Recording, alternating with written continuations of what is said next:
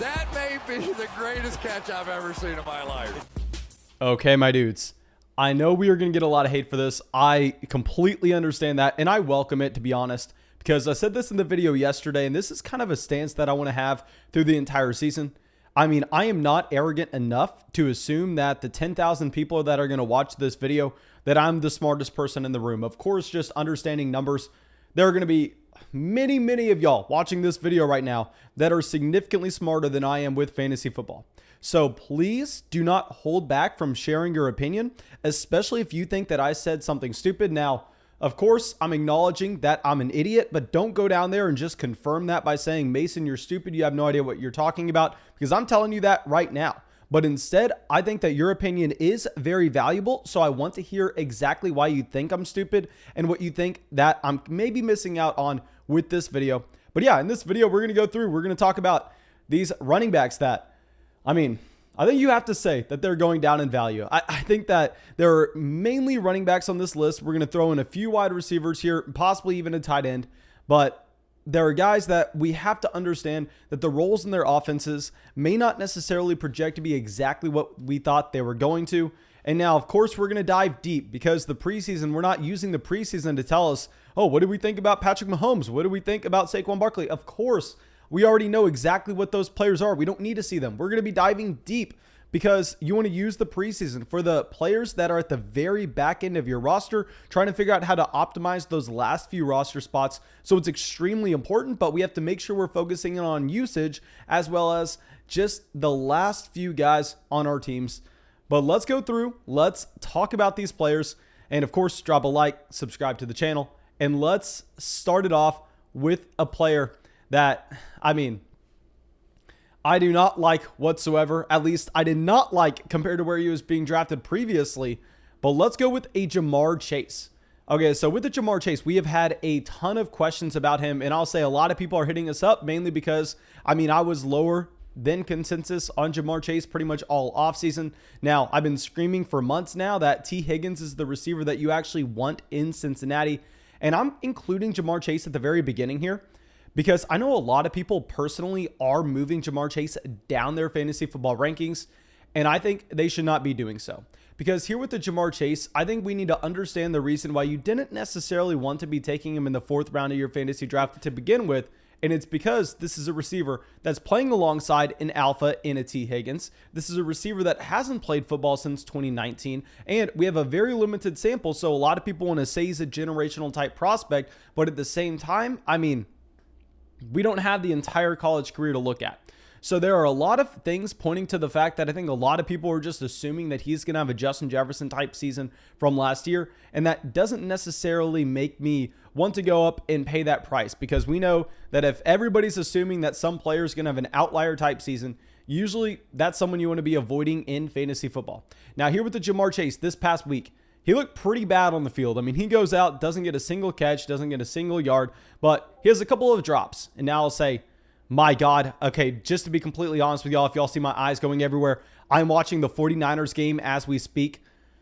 And can these receivers not catch a ball for our man, Trey Lance? Okay, but that's besides the point. Going back to a Ja'Marr Chase, I am not personally moving him down my rankings whatsoever. I'm bringing him up to say this is not what we're using the preseason for. A lot of people are using the preseason to go through and to go, okay, well, I guess that Ja'Marr Chase dropped a couple balls. We need to be moving him down our rankings because maybe he's less talented than we initially thought. No. Do not be using the preseason to look at really any players in this range. Ja'Marr Chase is still the talent that he was before, so I'm not moving him down my rankings whatsoever. If everybody else is going further than where we may be started, this may be a Josh Jacobs situation all over again, where maybe we start lower than everybody else, but everybody drops him down so much, then all of a sudden we're drafting the player.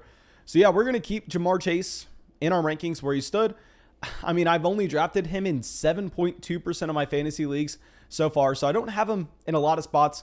But yeah, Ja'Marr Chase, maybe we have to start drafting him if he's going to start falling. Okay, so now a player that definitely needs to fall, and we are going to be dropping him in our rankings, is going to be Xavier Jones. Okay, so here with an Xavier Jones, I mean, the thesis behind wanting to go out there and draft him in deeper formats when you can possibly get a handcuffed running back thrown onto your bench is the fact that maybe if we saw an injury to a Darrell Henderson, all of a sudden Xavier Jones comes out and he is, I don't want to say a 3-down running back in Los Angeles, but at the minimum, maybe he's seeing the larger side of a committee. Maybe he's going out there and he is seeing, just call it 60, 70% of the touches in that backfield.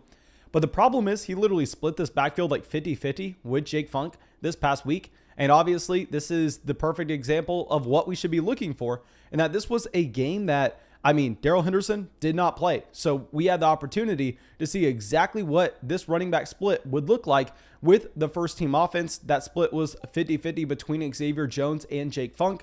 And to go along with this, I mean, considering that I still am of the opinion that they're bringing in a veteran running back, I'll say that with our most updated version of our rankings, we did slightly have to move up Darrell Henderson just based on the fact that, I mean, we are looking at it and going, okay, well, we're getting closer to the season. Maybe we were wrong. Maybe they aren't bringing in someone of the caliber that we were worried about. But regardless, that's besides the point. Here with Xavier Jones, he is no longer draftable in fantasy because now he is purely a handcuffed running back that would not be a 3-down guy if Darrell Henderson got injured. He doesn't turn into what we assume Alexander Mattison would in that backfield if we had a Dalvin Cook injury. Instead, he turns into someone that's maybe like a Nyheim Hines. I mean, I don't even know what we could be expecting if there was an injury to occur. And that's all what ifs. Don't be drafting Xavier Jones. I drafted him in 8.1% of leagues so far. So I think that we really can't be advising that any longer. Now, wide receiver that I have to be fully transparent. I was higher compared to consensus. And what's so great, and I'm going to be doing this in all our videos going forward. I mean, y'all know that I play in so many real money fantasy football leagues that I actually have the ability to go through on Underdog Fantasy and look at the exposures that I have to certain players, exactly how much I've drafted of them. And I can go through, I can sort it by entry fees. I can sort it by just my overall ownership. So I'm going to be including that with every player just because I want to be completely transparent with y'all, as I always try to do, because I'm not sitting here saying I'm the smartest guy in the room. I'm sitting here saying I've been very profitable since 2014 in a large volume of leagues. This is exactly how I'm doing it. If you don't want to listen, that's completely fine. But here we're actually going to have to probably lower Parris Campbell down outside of the top 150 in our rankings. Right now I have him in 9.3% of leagues, which is definitely higher than the average, what you would expect in a 12-man format. And right now the problem is, I mean, I was expecting that Parris Campbell could potentially have a shot at the wide receiver 1 spot in Indianapolis. My God, that looks like a bad take. That looks so bad it's not even funny at this point. I mean, he actually goes out there and he looks like he's the wide receiver 4 in Indianapolis.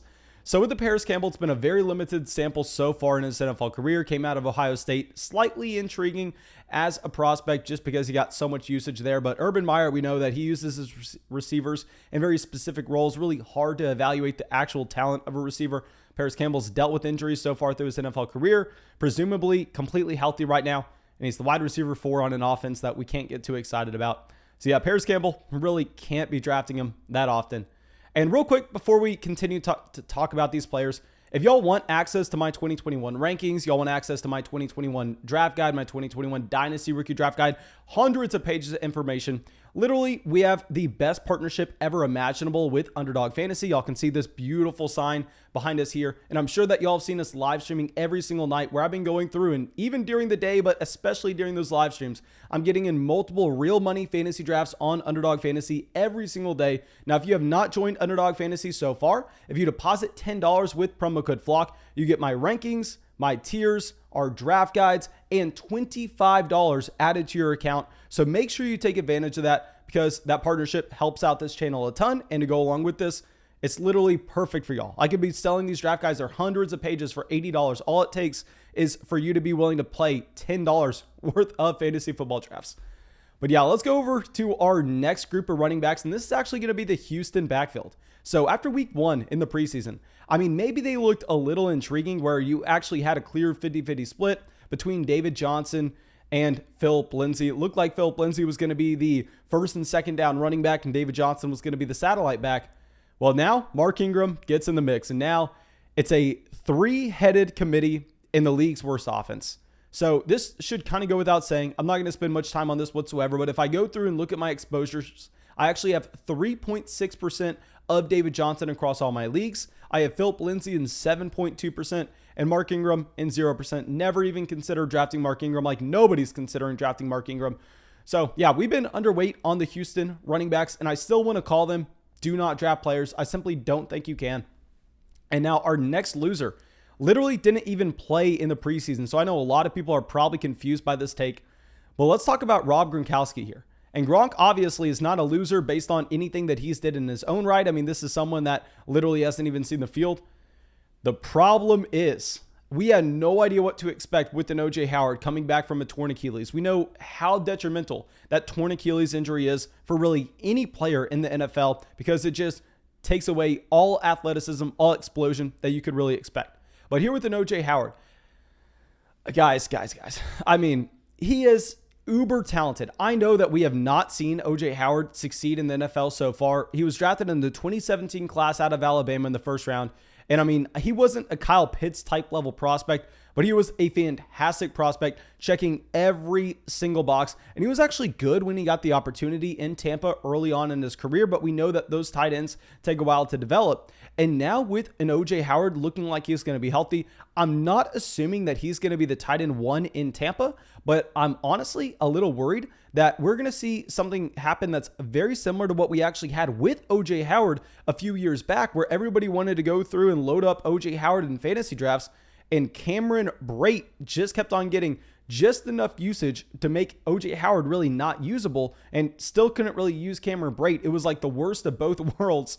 And here I think that we're going to see something similar with a Rob Gronkowski, because I would be surprised if a healthy OJ Howard who goes out and he has 3 receptions, 24 yards, and he plays a decent amount with the first team this week, if he's not seeing a role in this game plan, because we know the talent and he actually looked good on the field, and all reports in training camp saying, I mean, he is ready to go. So I didn't believe the reports in training camp. I didn't want to believe the reports in training camp, considering we have drafted 5.4% of Rob Gronkowski, which in the grand scheme of things isn't that much. But yeah, looks like OJ Howard is good to go. Now our next player, I mean, this is someone that we've been fading to an extreme. We only have him drafted in 2.7% of our leagues. Is going to be an Amon-Ra St. Brown. Okay, so here with Amon-Ra St. Brown, I know that a lot of people are going to look at this situation and go, Mason, who are they going to get targeted in Detroit? This is an offense with no talent whatsoever.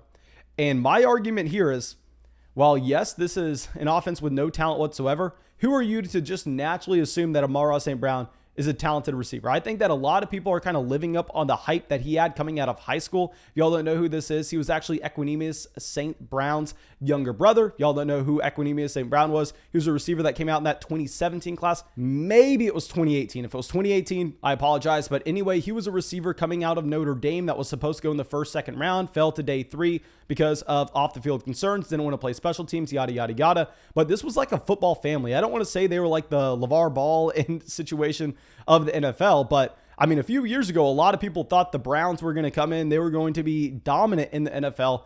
They come from very athletic parents. They were both 4 or 5-star prospects coming out of high school. And Amon-Ra St. Brown goes to USC. And honestly, not that impressive. He goes to the combine. Honestly, horrendous athletic measurables. I'm sorry, the pro day forgot that they didn't have the combine this year. Regardless, post a horrible 40 time to the point I don't even know why you run the 40 if that's what you're going to be putting up. And he profiles just to be a slot receiver. Now, you can be a slot receiver in specific offenses. You can be a receiver only playing in 3 wide receiver sets if you're playing on the Kansas City Chiefs, where they're going to be running 3 wide receiver sets more times than not because they have Patrick Mahomes and they're looking to aggressively throw the ball down the field, and the efficiency is going to be there with Mahomes as well, where you don't need your receiver on the field for every snap. Well, here, that's not the situation in Detroit. I mean, they have Jared Goff. This is going to be an offense with very few possessions to go along with this. I mean, guys, if you just think about where the talented players are operating on this field, you have TJ Hawkinson, you have DeAndre Swift. I mean, both of those players are going to be operating closer to the line of scrimmage, more so over the middle of the field. And that's where your slot receiver operates. So looks like, I mean, in my opinion, Amon-Ra St. Brown is almost undraftable at this point. Definitely moving him down my rankings. Now our next player, this is going to be a bigger name player. We're going to get to some big names. J.K. Dobbins. And now J.K. Dobbins, I think he is a loser. I think that I'm not even going to move him down because I've already been underweight on a J.K. Dobbins. But here it's more so, I really want people to understand that you cannot expect J.K. Dobbins to be a 3-down running back in Baltimore this year. I mean, if you're expecting 3-down usage, you were just wrong. You need to look at the extension that we actually had from a Gus Edwards. You need to look at the fact that this week they gave Gus Edwards more snaps with the first team offense. And to go along with this, I'm fine with the running back if he's not going to get every touch in his backfield, but that's not J.K. Dobbins.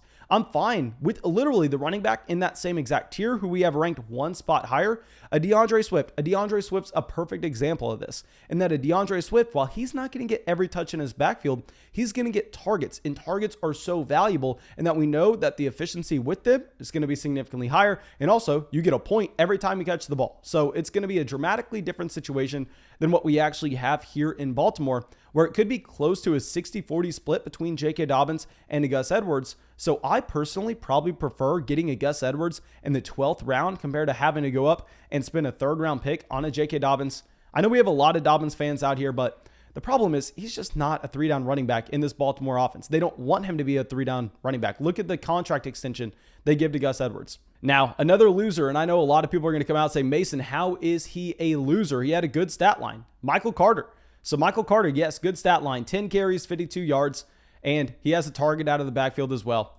But the thing is, guys, with the Michael Carter, not a single snap with the first team offense. So it's so funny to look at the two completely different situations that you have with the New York Jets and the New England Patriots in terms of how they're going through and how the fantasy football community is ranking the running backs that they drafted in the 4th round. Because it's so funny that, I kind of got caught up in the hype just slightly, where y'all know I started the season off lower than consensus on Michael Carter, and the reports came out that he was working with the first team in training camp, and all of a sudden I'm going here, I'm like, okay, well, I guess I got to take my L. We're going to take our L early, and possibly I made just an overreaction because as of now, Michael Carter looks like he's probably not going to be with the first team, at least to start the season. Now, I'll say that doesn't mean he's not valuable in fantasy, just like I've been telling you to draft Amon-Ra Stevenson for weeks now in the last pick of your draft. It's not because we're expecting him to be working with the first team right away. It's not because we're expecting him to just come in and take the starting job from Damien Harris in week 1. Of course not. If you're expecting that from a 4th round running back, you have no idea how the NFL works. But it's more so the reason people drafting Michael Carter in the 8th round, and I got caught up in this, is because they were kind of expecting that outlier type season where it looks like that may not happen. It looks like Michael Carter, what may be the better play is to kind of avoid in fantasy drafts and then trade for him about halfway through the year. Possibly, if he's not getting work with the first team offense, the owner cuts him and then you can pick him up in week 3 or week 4 for free. That would be incredible. Now, let's go to our last guy we're going to be talking about here. This is going to be in the New England Patriots backfield. And my God, I don't think there's a worse pick in fantasy drafts this year, to be honest. Damien Harris. Now with Damien Harris, I don't understand the appeal. I simply don't. This is someone that comes out and he has literally less targets than games played in the NFL. And at the same time, we know James White, he's going to get every single target out of that backfield. And the problem is a multitude of things. We know that this is a team that's not just wanting to stay with 2 running backs. We have seen this time and time and time again. We see them using Rex Burkhead. And I don't think anybody is going to be out here trying to argue that a 33-year-old Rex Burkhead was some fantastic running back that had to get usage and they had to fit him in there. No, that wasn't the case whatsoever. They used Rex Burkhead because they go, okay, well, we don't necessarily want to be just handling the ball with one running back every single year. And if you go year by year and you just create a checklist and you look at the New England Patriots ADP, this is a rule that you have to follow. I don't understand how anybody would argue against this. Drafting the highest drafted New England Patriots running back has been a failure season after season after season after season. And this has been something I've been reluctant to say because usually when you have that little rule in fantasy football, a lot of people just kind of say it because it makes them sound smart or blah, blah, blah. It's a very easy, cheap way out of some real analysis. But I kind of had to take my L's here. Back in 2015, back into 2016, I had to learn that the hard way to where now I am all in on the fact that you just invest into the cheapest running back coming out of New England. Because with a Damien Harris here, nothing says that he's going to be a running back getting the usage that gives him any shot at having top 10 upside. I'm seeing him go in the 6th, 7th round of fantasy drafts right now. That is ridiculous. And I know a lot of people will say, but Mason, Amon-Ra Stevenson has had no snaps with the first team. Neither has Michael Carter. They were both drafted in round 4 this year. They have the same exact team investment to go along with this. Yes, I mean, neither of them are getting snaps with the first team. They're in the same exact boat right now. But the difference is the fantasy football community wants to be so confident that Damien Harris is going to have a lock on this starting job for the entire season. To go along with this, what is the starting job actually? How valuable is it actually going to be if James White and Sony Michel keep on getting touches with the first team? Damien Harris, I have to call him a loser. I mean, Ramondre Stevenson looking good again. Sony Michel getting usage with the first team. What else do you need to be moving down Damien Harris in your rankings? Now, thank you, my dudes. That's all I really have for this video. Like I said, if I said anything dumb, please make sure you go down to the comment section, put me in my place. And at the same time, guys, use promo code FLOCK on Underdog Fantasy. Make that $10 deposit. Get $25 added to your account. Actually, also, get our 2021 draft guide, get our 2021 Dynasty Rookie Draft Guide, hundreds of pages of information, get our rankings and tiers updated all the way to the beginning of the season. And yeah, that's all I got for you, my dudes, and have a great day. We have had the craziest amount of support over on Patreon. Thank you, Colby, Ryan, Spencer, Seb, It's Easy, David, Justin, Christian, Tyler, and Robert. Thank you.